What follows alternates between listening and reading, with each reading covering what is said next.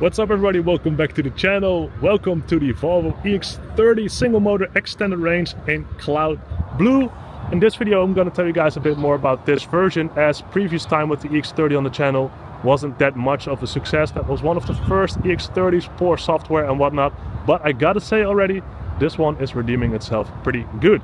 Anyway, this video, looks, thoughts, pros, cons and some improvements. So let's get started.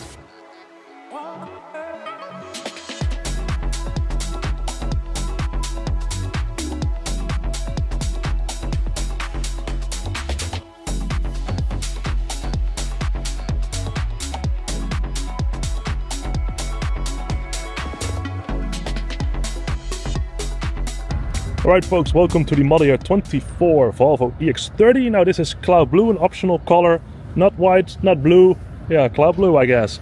It looks really nice, I gotta say. Now this one is also rocking the optional 20-inch wheels with aero covers on it actually. You can also take them off, then you get like this 5-spoke wheel. That also looks pretty good, I gotta say. Thor hammer LED lights, yeah, kind of the signature light from Volvo nowadays, right? Then the next generation version more or less, so kind of similar to the EX90 as well. Nice aggressive front, huh?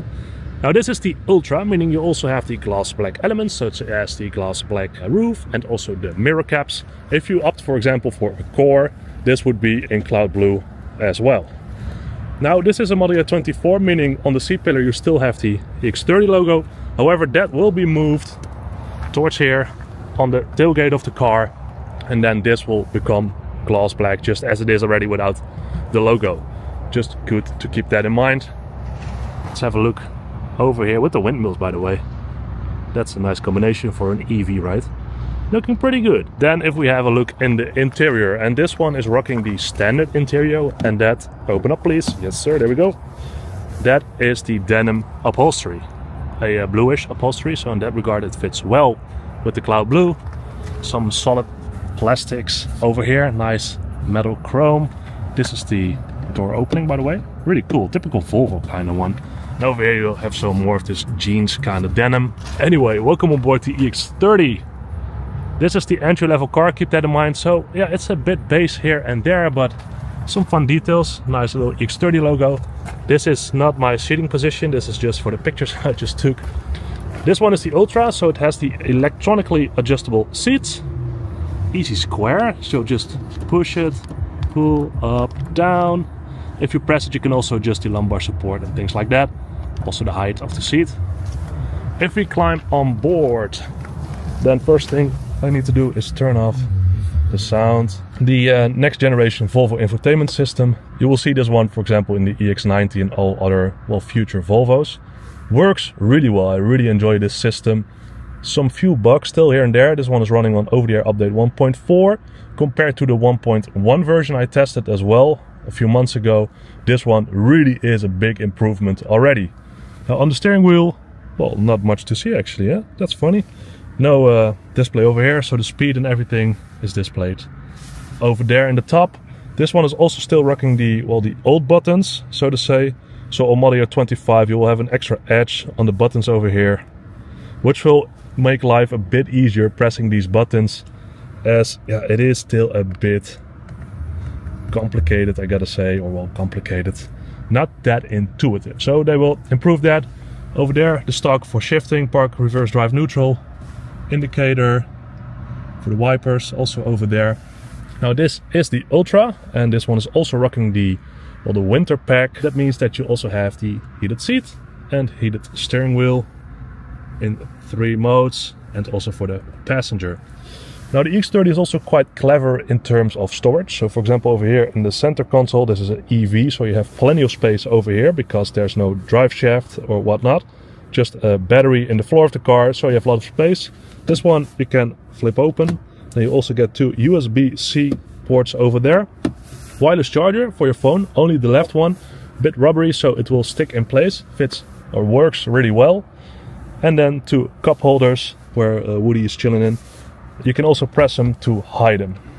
That's of course quite clever if you have something valuable in there and you park your car. Over here is also lock, unlock, and the buttons for the windows. Also for the rear, then you press that and then it opens up. A bit of this haptic touch kind of vibe over here. If you press it once again, then it will open up. 2 cup holders. If you just want to have one big lid over here, move that in and you get well, yeah, plenty of storage room. This can also be taken out just to clean it. Underneath there's just a bit of, well, grit plastic. Yeah, let's not bother you with that. This is the Ultra, meaning also the Harman Kardon soundbar. So the sound system is all the way in between these A-pillars. Don't be fooled. Still, there are 2 speakers in the rear doors. So perhaps I can show you it like that. The benefit of being tall. Over there we go. There's a speaker, also in the other door. And then still in the trunk of the car is like this amplifier kind of thing, or this bass subwoofer or whatnot. So yes, most power is coming from the Harman Kardon over here. But don't be fooled, there is still some sneaky speakers here and there. The thing I am a bit annoyed with is the Harman Kardon logo that is reflected over here. I think, yeah, there, over there. Hello. Yeah, that's a bit annoying. I'm not the biggest fan of that. The thing I am a fan of is the lights, or the mood lighting interior system, whatever you want to call it. You see a little bit over here. What we do is we press car, then you get into settings, and then over here, this one is it, the mood lighting. So at night, this is really cool. I really like this. You have Northern Light, you have Nordic Twilight, fancy, Midsummer, because summer baby, Archipelago, yeah, and Forest Path. And this basically lights up the dashboard and also the doors, and it looks really cozy, really nice. Whilst this car is pretty base, I mean, it only has 1 screen and a handful of buttons on the steering wheel, and also a few ones over here. This light system, this mood light, really gives like a premium feel to this car when it gets a bit dark. I really enjoy that. Now if we switch the camera around, hello, then you also see that this one has the sunroof. There is no curtain or shade in it, like an electronic one you might know from the XC40, C40, XC90, basically all other Volvos except for the C40 and EC40. Don't be worried if you are a bit annoyed with it, or you have like a dog in the car and you want a bit more shade, or you want to close up this thing. There's still an accessory, this curtain or shade. You can click it in, fixed. That only comes with the Ultra, so not only Car and Plus. Same with, for example, the 360 Pilot. That's also a typical Ultra option. You know, those little extra perks, more or less. If you go with an EX30 Plus, you get like the best of both worlds. Some luxurious options and also really necessary options. And you also get the soundbar, for example, but then not like the extra gimmicks like a 360 cam or the sunroof you get on the Ultra. So EX30 Plus single mode extended range, that would be my advice, I think, for now. If you were also gonna have a look at the trunk of the car, you open it up over here with this nice little button above the L of Volvo, and there you go. Yeah, it's not the most spacious over here, about 370 liters in total. And yeah, as you can see, now this floor can be folded one bit lower, so then you have a bit of extra storage compartment. But all in all, yeah, it's good for a cable, for a bag. For a holiday, I would say get a roof box additionally. But yeah, it kind of works. Gimmick over here from Volvo. Will it fit? Then you can kind of see yeah, what will fit. I truly wonder about this one. Stay tuned for that. A little teaser. Golf clubs, who knows. Yeah, pretty cool gimmick, right?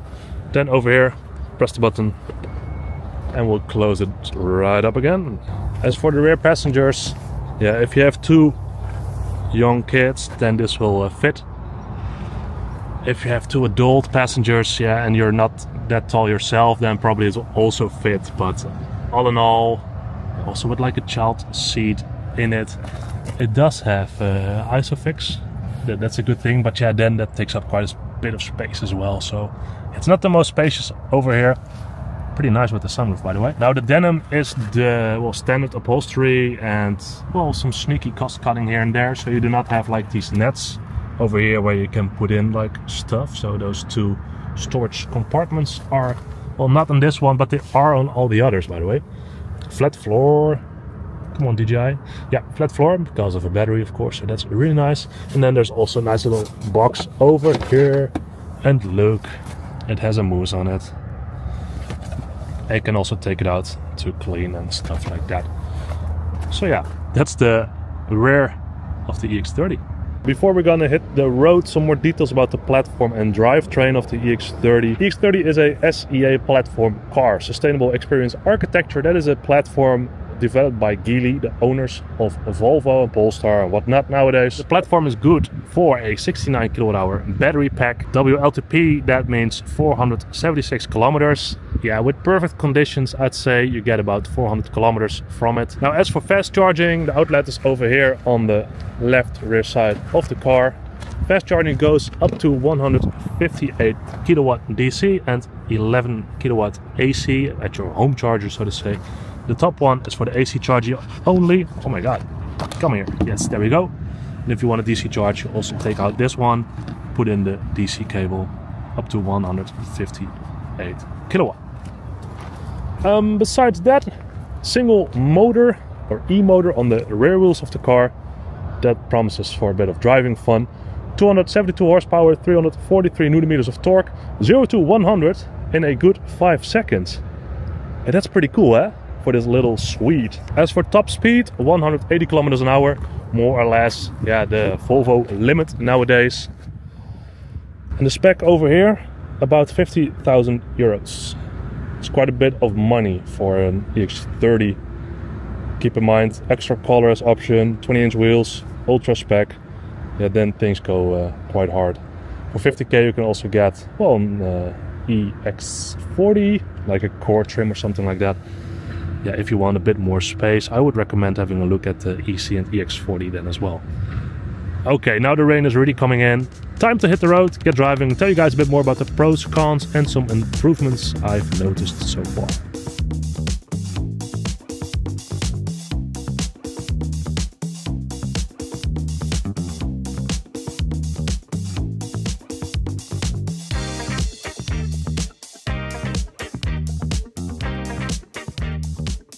Welcome on board the Volvo EX30. Now, a couple of improvements to start with I've noticed compared to my previous test in the one of the first EX30s.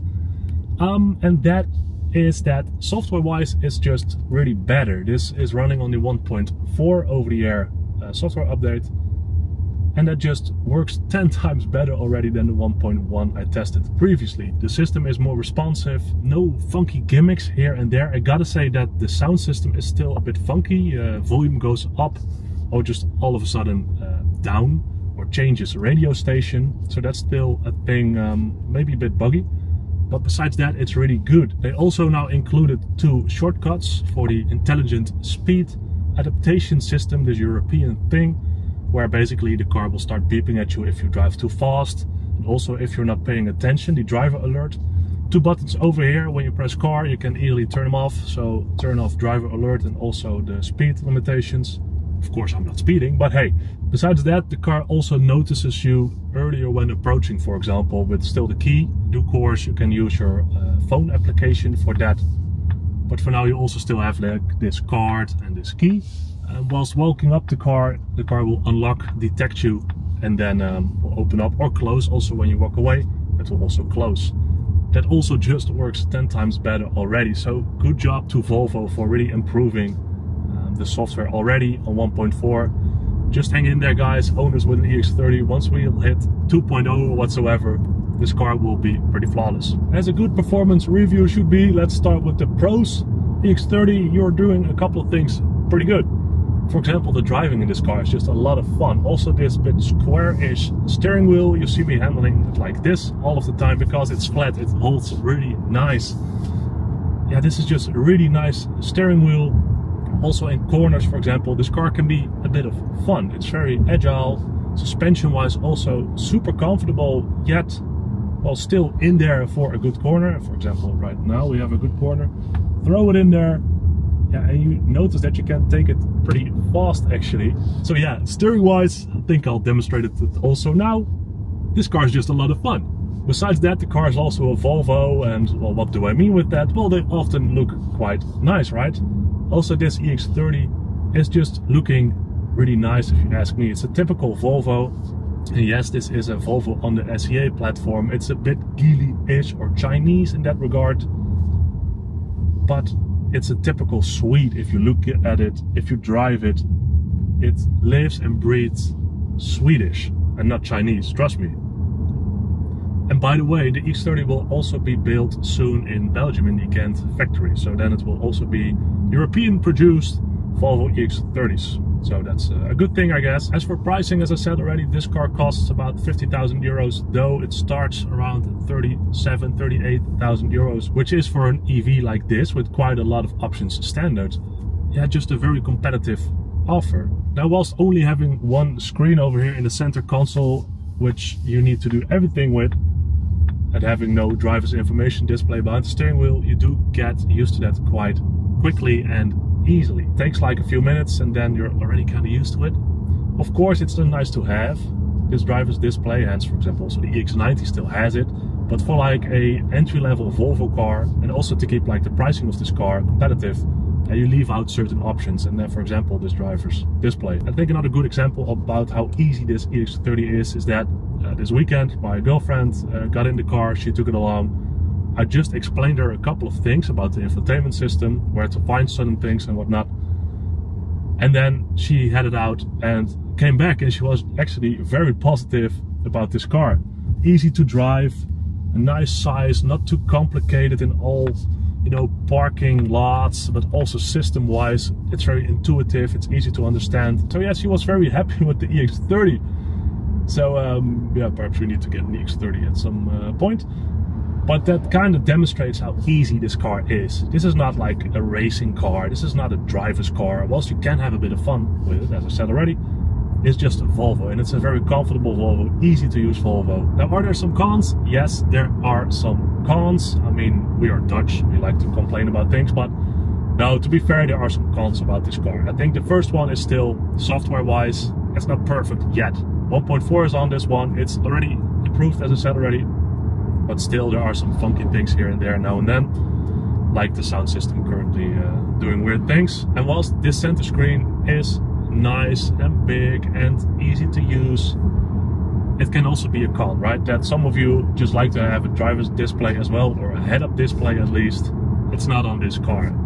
So I guess that's also a con to this car, only having one screen, where yeah, some of you will not like that. Then also everything is in the screen, and there are so few buttons in here. I mean, there's one for the hazards, for Lynk&Co, and for the defrosting of your window.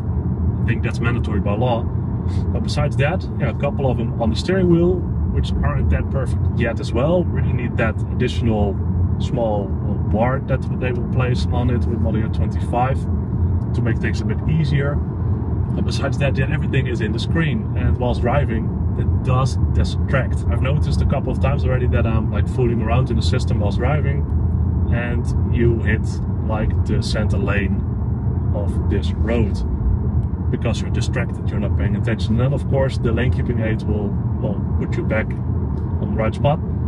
But yeah, it distracts, and you know, Volvo being safety, I kind of wonder like, what's the point that you know, say, okay, this is safe, or this is safe, and we can save a bit of cost with it, you know? If you ask me, this car would have needed a head-up display at least, or at least as an option for drivers. Yeah, and perhaps some few buttons here and there. Perhaps it's old school, I don't know, but just having a few physical buttons makes life so much easier. Would it be a volume knob, for example, already? Because adjusting the volume in this thing is already quite a mission. Yes, you get used to it, but as for safety-wise, question marks. Then this EX30 is driving around in Europe, and that means it has the intelligent speed adaptation system in it, which basically means the car will beep at you if you drive too fast, and also some other rules and regulations which come with that. Yeah, about that, each time you get in the car, that speed warning will be on, so you need to turn it off. And I mentioned already that they put it quite cleverly now in the system with a bit of a shortcut. You can also put it as a shortcut in the favorite button on the left side of the steering wheel. But geez, it's annoying that ISA requirement in this car, and in all future cars as well. That will just increase more and more and more. And with this one as well, you get used to it, but still you need to turn it off each time you get in the car. And that's just a bit stupid if you ask me. Now, as for range, that's, well, a pro and a con, I guess. This week has been weather-wise quite okay. easygoing conditions. That means that I got almost 400 kilometers from this car. Yes, I was a bit of a tryhard in doing that, so if I would have driven a bit more normal, then I would say I would have gotten about 370 kilometers, 350-ish, coming from that 69 kilowatt-hour battery pack. That's kind of comparable to what I've experienced in like the single motor XC40 and C40 some time ago. So range-wise, it's okay. Of course, in the winter, this car will consume more, as all EVs.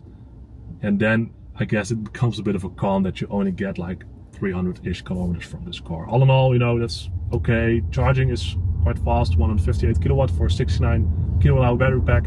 That's fine. So with that being said, guys, I hope you enjoyed this Volvo EX30 review and some thoughts on this. Yes, there are still pros and cons and points of improvement for this car. But all in all, it's a very nice entry-level Volvo car. I think Volvo did a good job on it. You need to get used to certain things, but that will, you know, in due course. I hope you enjoyed this video. If you did, please give it a like. Subscribe to the channel if you want more Volvo and Polestar content. And become a member of the channel if you want like early access to these videos and not wait till Sunday. You can become a member by clicking the button down below the video. Of course, you support me a lot with that. So signing off from the Volvo EX30. Have a great day. Stay tuned. See you next week, Sunday, 3 p.m. European time. And of course, a brand new video. Thanks for watching, guys. Bye.